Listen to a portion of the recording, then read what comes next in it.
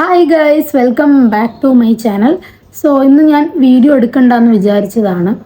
കാരണം ഈ ഭയങ്കര മഴ, പുറത്ത് ഭയങ്കര സൗണ്ട്, ഭയങ്കര ഡാർക്കായിട്ടിരിക്കുകയാണ്. അപ്പോൾ ഞാൻ വീഡിയോ എടുക്കണ്ടെന്ന് വിചാരിച്ചു. പിന്നെ ഞാൻ പ്രിപ്പയർഡായി പോയതുകൊണ്ട് ഞാൻ കരുതി ഇന്ന് ഈ വീഡിയോ അങ്ങ് എടുക്കാം എന്ന് വിചാരിച്ചു. മടി വിചാരിക്കേണ്ടെന്ന് വിചാരിച്ചു. അപ്പോൾ ഇന്നത്തെ വീഡിയോയിൽ നമ്മൾ പറയാൻ പോകുന്നതിന് മുന്നേ എൻ്റെ ചാനൽ ആദ്യമായിട്ടാണ് കാണുന്നതെങ്കിൽ നിങ്ങൾ സബ്സ്ക്രൈബ് ചെയ്യുക, ബെല്ലൈക്കൺ കൂടെ അമർത്തുക. അപ്പം ഞാൻ ഇടുന്ന വീഡിയോസിൻ്റെ ലൈറ്റ് വരും.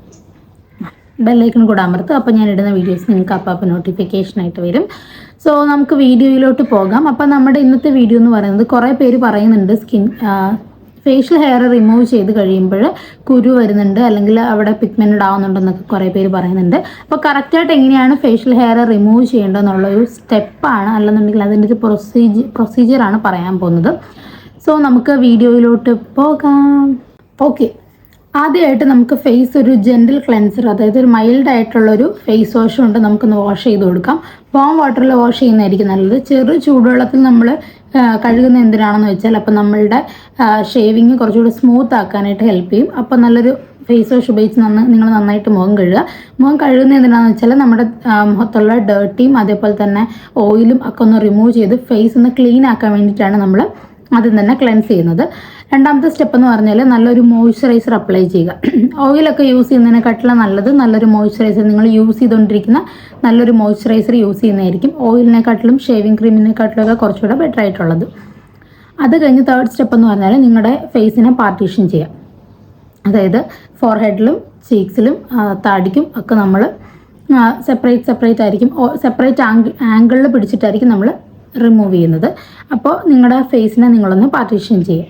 അടുത്തായിട്ട് നിങ്ങൾ ഷേവ് ചെയ്ത് കൊടുക്കുമ്പോൾ, നിങ്ങൾ ഷേവ് ചെയ്യുമ്പോൾ നമ്മളുടെ ഹെയർ വളരുന്നതിൻ്റെ ഓപ്പോസിറ്റ് ചെയ്യരുത്. ഹെയർ വളരുന്നതിൻ്റെ അതേ ഡയറക്ഷനിൽ തന്നെ നിങ്ങൾ ഷേവ് ചെയ്ത് കൊടുക്കാനായിട്ട് നോക്കുക.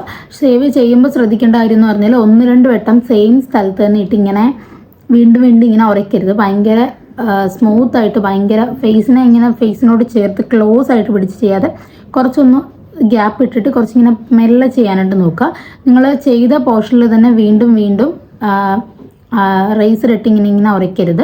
പിന്നെ സെൻസിറ്റീവ് ആയിട്ടുള്ള, നമ്മുടെ ഫേസിൽ സെൻസിറ്റീവ് ആയിട്ടുള്ള ഭാഗത്ത് കുറച്ചുകൂടി ഇമ്പോർട്ടൻസ് കൊടുത്ത് കുറച്ചുകൂടെ കെയർഫുൾ ആയിട്ട് ഷേവ് ചെയ്യാനായിട്ട് നോക്കുക. ഇനി നമ്മൾ റേസർ യൂസ് ചെയ്യുമ്പോഴും നമ്മൾ 1-2 മാക്സിമം 3 പ്രാവശ്യം വരെ നമുക്കൊരു റേസർ യൂസ് ചെയ്യാവുന്നതാണ്. അത് നല്ല മൂർച്ച ഉണ്ടെങ്കിൽ മാത്രം, നല്ല മുറിയുന്നതാണെങ്കിൽ മാത്രം നമ്മൾ എടുക്കുക. ആരോടെ തട്ടുന്ന നല്ല മൂർച്ചയുള്ളതാണെങ്കിൽ മാത്രം എടുക്കുക, ഇല്ലെന്നുണ്ടെങ്കിൽ അത് കളഞ്ഞേക്കാം. മാക്സിമം 3 തവണ യൂസ് ചെയ്തിട്ട് പിന്നെ അത് ഒന്നാമത് മഴ അതിൻ്റെ കൂടെ ഇട്ട് തട്ടിപ്പൊട്ടിക്കുന്നു. അപ്പോൾ 3 തവണ വരെ യൂസ് ചെയ്യാം. അത് കഴിഞ്ഞിട്ട് കളഞ്ഞേക്കുക, പിന്നെ യൂസ് ചെയ്യാൻ പാടില്ല. പിന്നെ നമ്മൾ ഓരോ വട്ടം ഷേവ് ചെയ്യുമ്പോഴും അതിലിങ്ങനെ നമ്മുടെ ഹെയർ കാണുമല്ലോ, അത് നന്നായിട്ട് ക്ലീൻ ചെയ്തിട്ട് ഒന്നില്ലെങ്കിൽ കഴുകുക, അല്ലെങ്കിൽ അത് നന്നായിട്ട് ക്ലീൻ ചെയ്തിട്ട് അടുത്ത വട്ടം അത് ഫേസിലേക്ക് ഇടുക. അപ്പോൾ അത് ശ്രദ്ധിക്കുക. പിന്നെ നിങ്ങൾ ഫേസ് വാഷ് യൂസ് ചെയ്തതിന് ശേഷം, അതായത് ഫേസ് ക്ലെൻസ് ചെയ്തതിന് ശേഷം ഒന്ന് എക്സ്ഫോളിയേറ്റ് ചെയ്ത് കൊടുക്കുന്നത് നല്ലതായിരിക്കും. ടൈം ഇല്ലെന്നുണ്ടെങ്കിൽ വേണ്ട, ഇല്ലെങ്കിൽ നിങ്ങൾ യൂസ് ചെയ്യുന്ന ഏത് സ്ക്രബാണോ അത് ഉപയോഗിച്ച് ഒന്ന് എക്സ്ഫോളിയേറ്റ് ചെയ്ത് കൊടുക്കുന്നത് നല്ലതായിരിക്കും. ഓപ്ഷണലാണ്, എങ്കിലും ടൈം ഉണ്ടെങ്കിൽ ചെയ്യാന്നുള്ളതാണ്. പിന്നെ ഒരിക്കലും നമ്മുടെ ഫേസിൽ വാക്സ് ചെയ്യാൻ പാടില്ല. നമ്മൾ ത്രെഡ് ചെയ്യുന്നതല്ല. ത്രെഡ് ചെയ്യുമ്പോൾ നമ്മൾ ഈ ഒരു പിരിയത്തിൻ്റെ ഈ ഒരു ഏരിയയിലേ ചെയ്യുന്നുള്ളൂ. ത്രെഡ് ചെയ്യുന്ന പോലല്ല നമ്മൾ വാക്സ് ചെയ്യുന്നത്. മുഖത്തൊരിക്കലും നമ്മൾ വാക്സ് ചെയ്യാനായിട്ട് പാടില്ല. അപ്പോൾ അതൊന്ന് ശ്രദ്ധിക്കുക. അപ്പോൾ ചിലർക്ക് പേടിയുണ്ട്, ഫേഷ്യൽ ഹെയർ റിമൂവ് ചെയ്താൽ പിന്നെയും ഭയങ്കരമായിട്ട് കിളിച്ച് വരുമോ, ഫേസിൽ ഇങ്ങനെ നമ്മൾ കയ്യിലൊക്കെ ഉള്ള പോലത്തെ രോമം വരുമെന്ന്. അങ്ങനെ വരില്ല. നമ്മളുടെ ഫേസിൽ ഒരിക്കലും അത്രയ്ക്കും അങ്ങനെ രോമം ഒന്നും വരില്ല. നിങ്ങളത് പേടിക്കണ്ട, നിങ്ങൾക്ക് ധൈര്യമായിട്ട് ചെയ്യാം. സോറി, മഴ. ഓക്കെ, അങ്ങനെ നമ്മുടെ ഫേസിൽ കയ്യിലേയും കാലിലേയും പോലെ ഒന്നും രോമം വരില്ല നമ്മൾ എത്ര ഷേവ് ചെയ്താലും. അതുകൊണ്ട് നിങ്ങൾക്ക് ധൈര്യമായിട്ട് ചെയ്യാവുന്നതാണ്. പിന്നെ എത്ര പ്രാവശ്യം ചെയ്യണമെന്ന് വിചാരിച്ചാൽ അത് നിങ്ങളുടെ ഹെയറിൻ്റെ ഗ്രോത്ത് അനുസരിച്ചാണ്. ഇപ്പോൾ എൻ്റെ ഫേസിൽ അങ്ങനെ ഭയങ്കരമായിട്ട് ഹെയർ ഗ്രോത്ത് ഇല്ല, ഉണ്ട്, ചെറുതായിട്ട് ഇങ്ങനെ കാണാൻ പറ്റത്ത രീതിയിൽ പൊടി കുഞ്ഞതായിട്ടുണ്ട്. അതുകൊണ്ട് ഞാൻ അധികം ചെയ്യാറില്ല. പക്ഷെ വീക്കിലി നിങ്ങൾക്ക് ഒരു ദിവസമൊക്കെ ചെയ്യുന്നത് ബെറ്റർ ആയിരിക്കും. ഞാൻ പറഞ്ഞില്ല, നിങ്ങളുടെ ഹെയറിൻ്റെ ഗ്രോത്ത് അനുസരിച്ചിട്ട് മാത്രം ചെയ്തു കൊടുക്കുക. അപ്പോൾ അത് നിങ്ങൾക്ക് അറിയായിരിക്കുമല്ലോ, കുറച്ച് വളർന്നു വരുമ്പോഴത്തേക്കും നിങ്ങൾക്ക് മനസ്സിലാവും. അപ്പോഴത്തേക്കും അങ്ങനെ ചെയ്താൽ മതി. സോ ഞാൻ കൈ പിടിച്ച് എന്താണെന്ന് വെച്ചാൽ ഭയങ്കര മഴ. അപ്പോൾ ജനലിൻ്റെ അടുത്ത് ഇരുന്നിട്ട് വീഡിയോ എടുത്തിട്ട് ഭയങ്കര സൗണ്ട്. അപ്പം ഞാൻ ബാക്കി കയ്യിൽ ഇങ്ങനെ ഫോൺ പിടിച്ചിട്ട് ചെയ്യാൻ കരുതി.